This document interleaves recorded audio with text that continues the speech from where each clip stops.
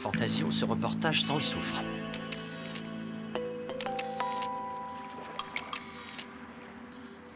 Un simple brise-glace sous haute protection, il doit être en quarantaine. Et les tenues des gardes signifient que ce n'est pas un simple rhume.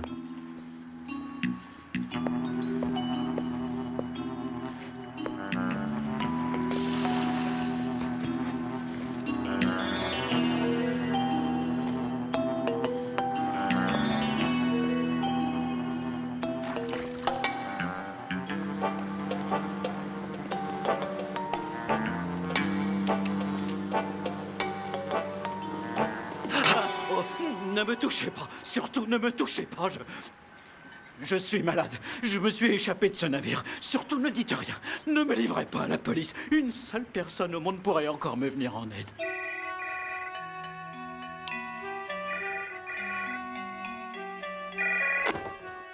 Allô, oui? Oh, c'est toi, Fantasio. Mais quelle heure est-il? Spirou, il faut que tu viennes me rejoindre tout de suite. Question de vie ou de mort. Oui, non, un malade à transporter, il demande à être emmené d'urgence. Chez notre vieil ami, le comte de Champignac. Mais tu dors ou quoi? En tout cas, j'ai essayé, oui.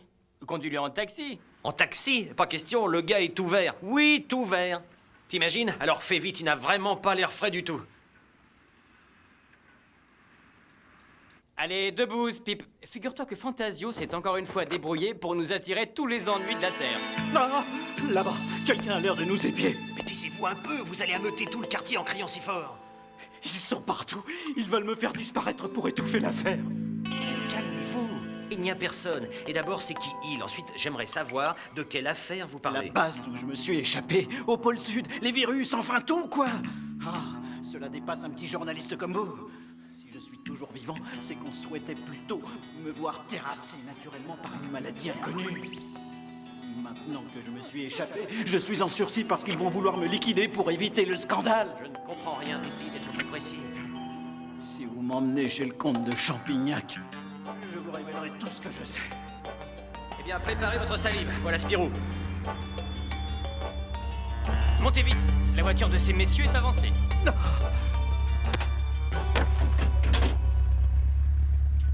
Ici Sécurité Secours. Notre standard est momentanément encombré. Veuillez faire patienter vos agresseurs. Je répète, ici Sécurité Secours. Notre standard est momentanément...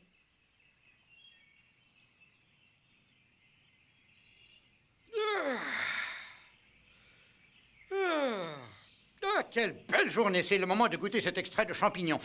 Quel parfum délicat. Un peu de sport me serait salutaire. C'est qu'on se rouille vite une fois passé les 75 ans. Une, deux, youp. Une, deux. Ah, pas mal les jambes. Voyons les muscles des bras à présent. Youp. J'ai pourtant l'impression que ce produit présente, disons, certains inconvénients. J'ai dû faire une erreur dans le dosage de la formule. Sabre de bois, Spirou, Fantasio, quel bon vent vous amène de si bonne heure? Quel poil! Aïe, aïe, ah. Et vous avez amené votre grenouille? Serre-moi dans la pampate. Monsieur le comte, nous avons avec nous un malade assez particulier. C'est ce malheureux qui a insisté pour être transporté ici. Il a perdu conscience après nous avoir raconté son histoire. Sabre de bois, j'ai peur de l'avoir deviné en grande partie.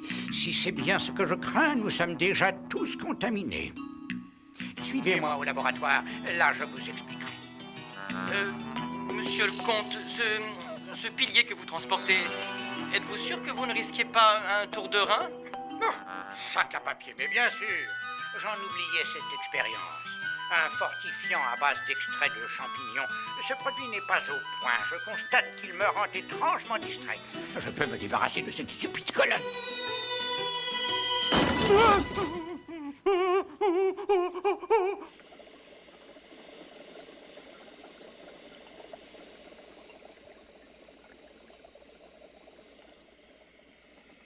Monsieur le comte, votre diagnostic. Comme je le craignais, c'est un virus, mais un virus inconnu. Nous sommes sûrement en présence d'une maladie provoquée par un petit mutant, mais dont j'ignore tout. Hein? Mutant? Ce gars a tout l'air d'un martien, non? Mutant, du latin mutare. En bon français, cela signifie qui se transforme. Certains micro-organismes se modifient si rapidement que les remèdes capables de les combattre deviennent vite inefficaces. Ce malheureux n'a donc plus aucun espoir. Il ne pourra jamais se rétablir? Sûrement pas sans un miracle. Je vous l'ai dit, j'ai vite compris ce qui lui était arrivé. Cet homme travaillait dans une base expérimentale au pôle Sud. Elle s'appelle Isola Red. Mais qu'y a-t-il dans cette base? On y a rassemblé pour les étudier tous les microbes de la Terre, soit 25 000 flacons remplis de concentrés de maladies. Ceux qui ont imaginé ce projet ont cru que le froid et l'isolement supprimeraient les risques d'accident. Je l'ai visité voici quelques mois. J'ai protesté violemment. J'ai essayé par tous les moyens de prévenir les risques qu'elle pouvait présenter. Le reste n'est pas difficile à imaginer. L'irréparable s'est produit. Quelque part dans la base, un flacon a dû se briser et une affreuse maladie s'est propagée. Une lente agonie a commencé pour tous les malheureux qui travaillaient là. L'homme qui est ici s'est souvenu de mon nom et il a réussi à s'enfuir. C'est exactement ce qu'il nous a raconté. Mais alors... Oh, mais alors, nous aussi, nous serions... Je vous l'ai dit, nous sommes nous aussi déjà contaminés par le virus, hélas. Sa figure, regardez, elle a encore changé de couleur. Monsieur le comte, nous ne pouvons rester là sans rien tenter. Il faut arriver à sauver ces malades. Ouais, et peut-être que nous aussi, par la même occasion. Il reste une chance minuscule, un autre extrait de champignon. Je ne l'ai jamais testé, il n'offre aucune certitude de guérison. Je l'ai appelé antivirax. C'est un produit assez instable. Il ne sera efficace qu'une fois mélangé à un produit toxique extrêmement rare. Il est stocké dans certains endroits du monde, comme cette base du pôle Sud. Autrement dit, il va falloir que nous nous rendions là-bas pour en donner à chaque malade.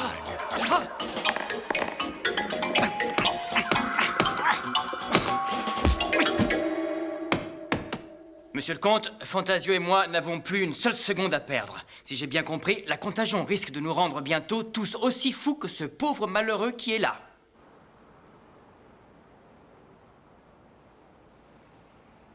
Une expédition pour aller porter un remède? En ce moment, ils doivent déjà être en route. Ce Champignac est un grand scientifique. Il doit avoir des appuis. Il ira les rejoindre dans quelques jours avec La Helena. seule solution, c'était de les éliminer. Je n'avais d'ordre que pour le fugitif. On ne m'a rien dit pour les autres. Je suis riche et puissant, Franck, car je vis dans l'ombre. De nos jours, même les gens honnêtes sont à la merci d'un scandale. Alors que dire d'une franche crapule dans mon genre? Que ces stupides journalistes atteignent la base et découvrent ce qui s'est passé. Et c'en est fini de moi. Prenez tous les hommes et tout l'argent qu'il vous faudra. Éliminez Spirou et Fantasio. Je ne connais pas d'endroit plus discret que le pôle Sud. Et le vieux Champignac et Helena? Qu'en fait-on? Ils ont été contaminés, m'avez-vous dit. Si, comme nous l'avons décidé, Spirou et Fantasio disparaissent, la maladie s'occupera de tous les autres témoins gênants. Non, vite, Franck! J'en ai assez, cette histoire commence à me monter au nez!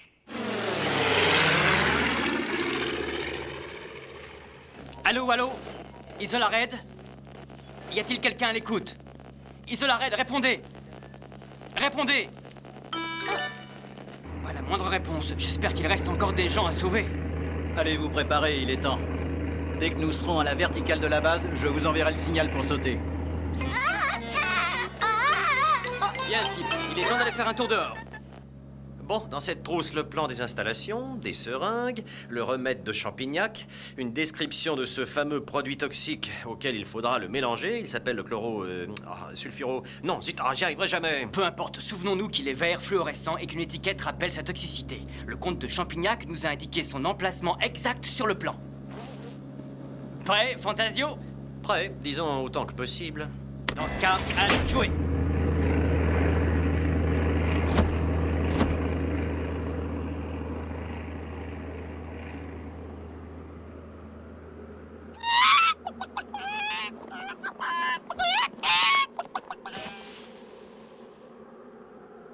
Pas de signe de vie, c'est guère rassurant.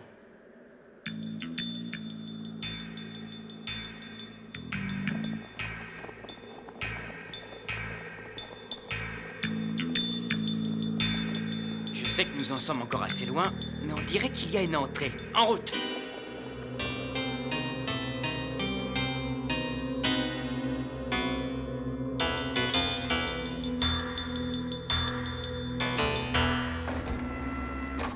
Y a quelqu'un là-dedans? Celui-ci est toujours en vie. Celui-ci aussi. Faut trouver le produit dont nous avons besoin pour les guérir. Voyons, où sommes-nous d'après le plan?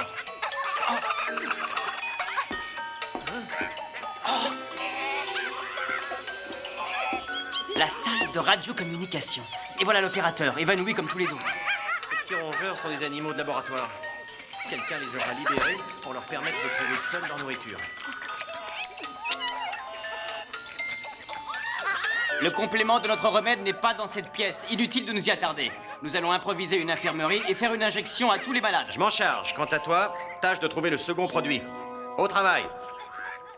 Oh, j'ai la tête lourde. Il faut dire que l'air de cette station n'est vraiment pas très frais. Ou alors ce serait... Oui, les premiers signes de la maladie. Moi aussi, je me sens bizarre. À coup sûr, nous sommes contaminés. Raison de plus pour nous hâter. Chut.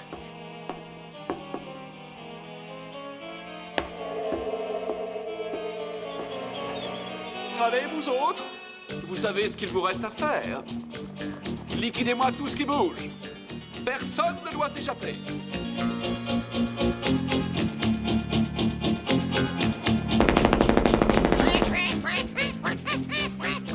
Tu es stupide, ce n'est qu'un manchot. Oh. Allez-y maintenant. À présent, nous sommes certainement repérés. Trop tard, patron, ils ont réussi à nous enfermer dehors. C'est toi qu'on devrait enfermer, idiot. Faites ce que je dis. Il est grand temps de faire un peu de nettoyage dans le secteur. Nous y voilà. Salle de stockage. Danger. Derrière cette porte se trouve le produit dont nous avons besoin pour... Oh non, cette porte est protégée par un code à numéro. Spirou! Spirou, par ici. Dis donc, tu n'as rien entendu? Bien sûr que si, j'ai entendu. Et d'ailleurs, je me demandais quel besoin tu avais de faire un tel vacarme. Non, mais c'était pas moi. Tous ces bruits viennent de l'extérieur. Et attends, c'était pas tout. Il y a lui. Faites moins d'histoire, jeune homme. Nous sommes attaqués. Demandez donc vite du secours par radio. Sinon, vous risquez vous aussi d'être mis en pièces par Franck et sa bande de brutes. Je lance tout de suite un appel.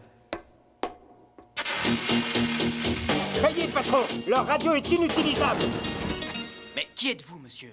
Et qui sont ces personnes dont nous devons nous méfier? Je suis le professeur Théodore. Je suis le directeur de ce laboratoire de recherche. Je sais très bien que mon temps est compté. Bientôt le vôtre le sera également, ça ne fait aucun doute.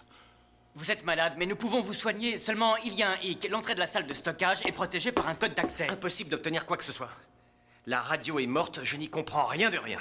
Monsieur Théodore, ce code, vous le connaissez, j'en suis sûr. Il nous le faut. Voyons, c'est 7... Un 7, d'accord. Ensuite, professeur Théodore, quels sont les autres chiffres du code? 1, oui, 7. Ensuite, 3. 1, 7, 3, bravo, la suite. 3. Ah, les trois petits cochons, prisonniers des couloirs de la station polaire. Avec Franck, le sinistre grand méchant loup dehors. L'âme damnée du grand patron. Oh, la vilaine poussière. Monsieur Franck n'aime pas le désordre. Il est là dehors. Il va nettoyer tout ça. Fini, les trois petits cochons qui en savaient trop sur l'affreux laboratoire du vilain Théodore. Pif, paf, ta ta ta ta ta ta ta ta. Mais la suite, de grâce, les chiffres par pitié. 5. 5. 5 petites minutes, maman. Encore 5 petites minutes avant de monter me coucher. J'aime tant jouer avec cette boîte de chimie. Plus tard, je serai chercheur. J'aurai un grand laboratoire. Malheureusement, ce grand rêve a tourné au cauchemar.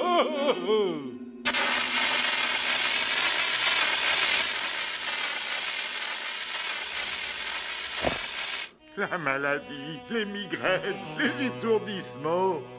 Les couleurs sur la peau, le délire, la folie. Et enfin la paralysie.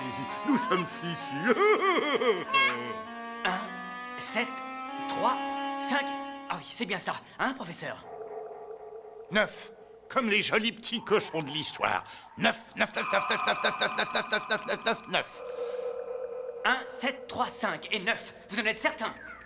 Et 0, 0 comme ce qui restera de nous quand Franck aura forcé le passage. Turlututu, allez au diable, allez, laissez-moi tranquille. Vous m'écœurez avec votre héroïsme. Pouet, pouet, pouet, coin, coin. Tant pis, il n'y a que ça à tenter. Pouet, pouet, pouet, coin, coin.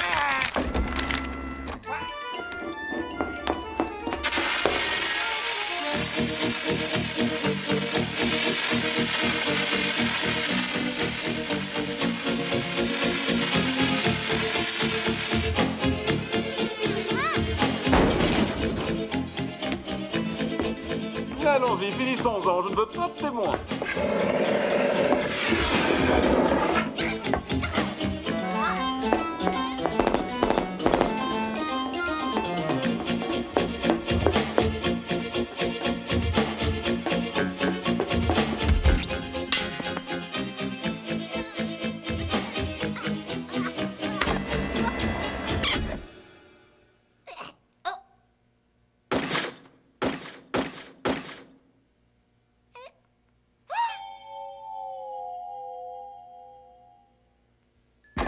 Ouah, ça y est, la porte est ouverte. Le professeur Théodore avait gardé assez de raisons pour... Oh! Des milliers de flacons. Comment trouver celui dont nous avons besoin pour préparer le remède? Dans ses instructions, le comte de Champignac me l'avait bien décrit pourtant. Voyons. Un liquide vert, sans doute contenu dans un flacon scellé. Il me faudra des jours pour mettre la main dessus, et quelques minutes pour que Franck et ses hommes nous tombent sur le dos. Spirou, Théodore a raison, nous sommes assiégés.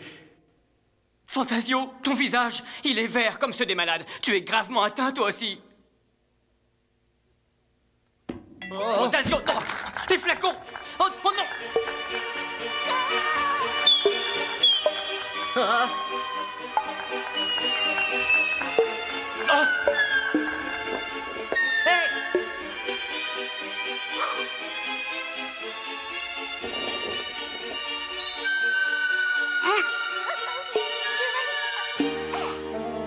Bravo, Spip, bien joué.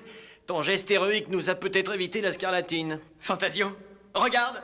Bah oui, j'ai vu ce qui est arrivé. Spip a rattrapé le flacon. Je ne suis pas aveugle. Mais non, idiot! Ce flacon, regarde-le! C'est celui que nous cherchons! Grâce à Spip, il nous reste une chance de réussir.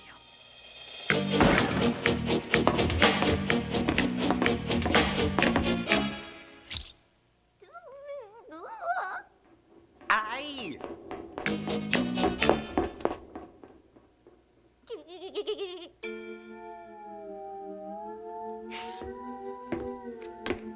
Ah, oh, oh, ah. Une salle secrète. Mais pourquoi? Des armes? Des armes biologiques? Des fusils à seringues? Hein? Des ampoules de liquide? Et quant à ça, on dirait des comptes rendus d'expérience. Cette station n'est pas seulement un lieu de recherche pacifique. Ah, je vois, ces fléchettes hypodermiques sont imbibées d'un produit qui provoque des démangeaisons insupportables. La personne infectée finit dans un fou rire incontrôlable à cause de ces horribles chatouillements. C'est ça, les affaires. Oh!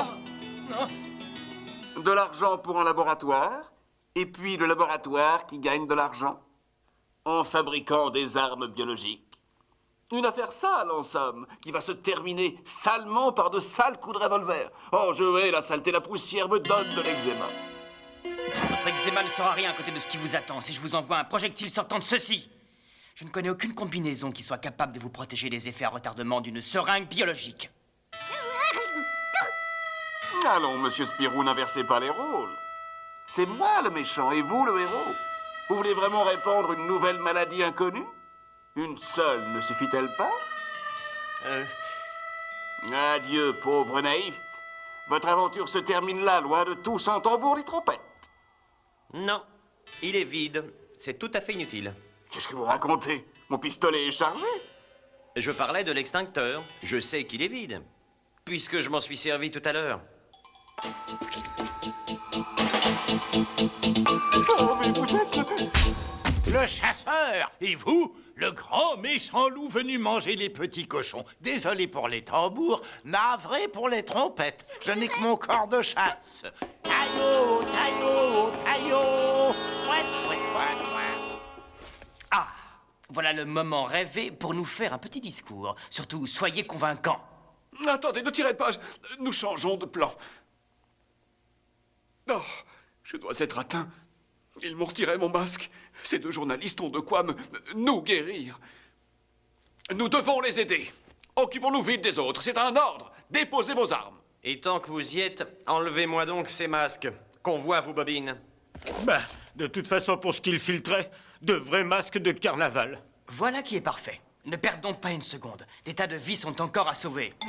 Et c'est à cet instant précis que j'ai lancé à Spirou un regard complice et cette magnifique conclusion. Mon vieux frère, toi et moi, ensemble, nous avons réussi cette dangereuse mission. Prodigieux, que dis-je, passionnant. Je reconnais que même la 10e fois, j'en suis encore à frémir à ce récit. Et vous, Spirou, qu'en dites-vous? C'est votre remède le seul prodige. Sans lui, nous aurions été incapables de venir en aide à ces malheureux qui se mouraient des suites de cette terrible contamination. Êtes-vous au courant si le directeur de la station a retrouvé la raison? Il nous a bien aidés? Hélas, il faudra encore quelque temps pour que le professeur Théodore retrouve toute sa tête. L'enquête a pu établir que les truands faisaient pression sur sa famille et la justice l'a donc blanchi. Quant à votre protégé, le marin recueilli dans le port, il est complètement tiré d'affaire. Tenez, regardez ça, justement. Nous parlerons de l'arrestation de truands responsables d'un bien étrange trafic au sein d'une base sur le continent antarctique, ainsi que du courage de jeunes confrères journalistes ayant permis leur capture. Et c'est à cet instant précis que j'ai lancé aux assaillants « Jetez vos armes, gredins ! Si vous croyez que ça va se passer comme ça... » Moi, vivant, vous ne toucherez pas un seul cheveu de mon seul ami. Est-ce bien clair? Bon, la télé, vous savez ce que c'est, hein, ils ont toujours tendance à exagérer. Je suis fier d'avoir pu contribuer à résoudre une affaire qui aurait eu des conséquences et d'horribles